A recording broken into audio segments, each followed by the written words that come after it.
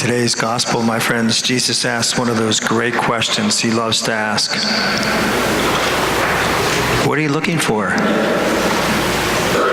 What are you looking for? What do you want in life, my friends? What are you looking for? It's a great question. There was a young man, and he was the one who actually wrote the article, and this kind of changed his perspective in his life. Was in the park, and he saw this beautiful girl and starts following her. After a little time, the girl turned around. She said, "Why are you following me?" And he says to her, "Because I think you're beautiful." He said, "I'd like you to go out on a date." And she said to him, "You know, why don't you look behind you, because my sister is walking behind you, and she's a whole lot more beautiful than me." He turns around and there's no one there. To which she replied, "If I was so beautiful and you wanted to date me, why did you turn around?"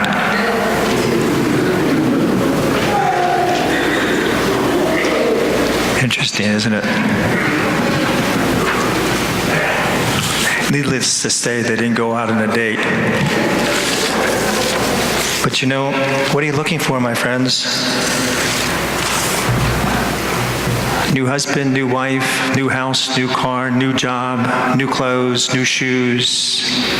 What are you looking for? New golf clubs? Think you can get this brand new driver, it's going to hit straighter and farther than you ever did, right? The problem there lies is in the one who's holding the clubs, right? What are you looking for? It's a great question. It's a great question. Looking for recognition, you're looking for power, looking for acceptance. It goes on, doesn't it? We're always looking for something, aren't we? There was a pastor in Washington, her name was Nancy Ortberg, and she was out for dinner, and she met this young insurance executive named Doug. He was 30 years old, married a few years, had 2 very small children. And they struck up a conversation. He was saying, "You know, I finally went back to church." And they discussed, it wasn't Catholic church, they weren't Catholic. And he was telling them that you know, what church it was and how he likes it. And he said to her, "You know, I even do Bible study on Wednesday nights." And they talked about what they were studying, and she was listening. And then she said, "Well, what's your prayer life like?" And he said, he said, "You know, I don't know anything about that." He said, "I hear people talking about it all the time. I don't know how to pray," he said. He said, I tried it and I don't know what to say, or I don't even know what prayer is." She said to him, "You know, if you spend 10 minutes a day in prayer, just prayer, nothing else, 10 minutes, if something hasn't significantly happened in your life in 6 months, I'll take you out to whatever, you and your wife, whatever dinner you want to do in Washington, D.C. And if vice versa, if something has happened, then you take myself and my husband out for any dinner of our choice as well." And they agreed.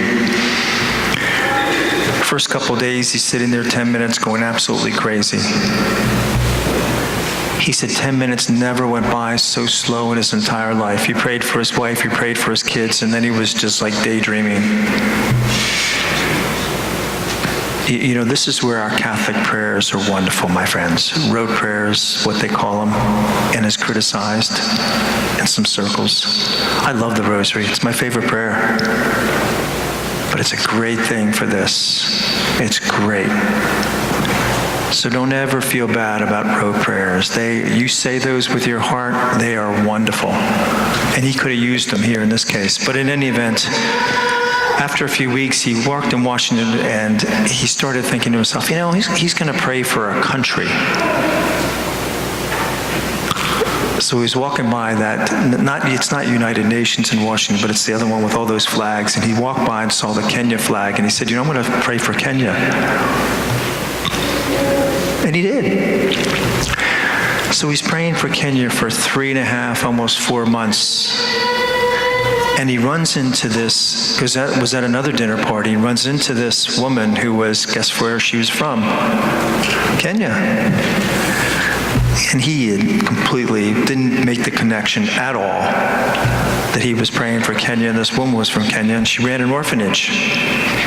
He was kind of liked her, and they were talking back and forth, and by the end of the conversation, he pulls out his wallet and gives her $200.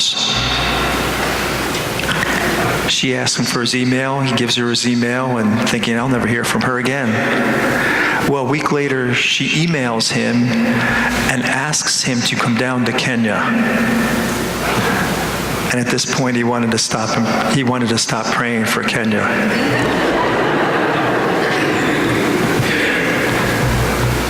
He went down to Kenya.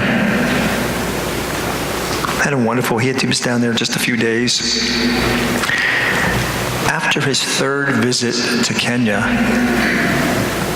he met the president of Kenya. He was known throughout Kenya at that time. He even negotiated to have some prisoners released from Kenya that the Secretary of State in that office failed to do.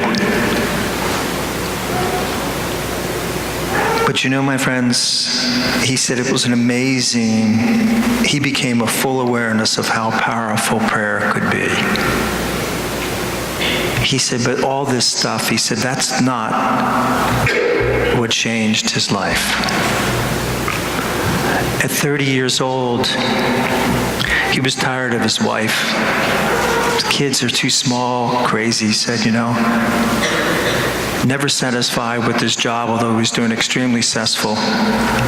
He'd buy a new car, and as soon as he'd buy a brand new expensive car, he'd want another one. Their house was too small, too. It was only 8,500 square feet. But it wasn't new, you see. It wasn't new. He said 10 minutes a day gave him a restful heart. He said it was so restless for years. And he said 10 minutes a day gave him a restful heart. He was finally content with what he had. It's a great question, my friends, in today's gospel. What are you looking for? What are you looking for? Jesus says, come and you will see. Come to me, spend time with me. Spend time with me, and I'll take care of that restless heart. I'll take care of that restless heart. And so today, my friends, we, like those disciples, are searching for the same things. May we hear those Jesus, when he says, come and see, may we spend time with him as well. God bless you.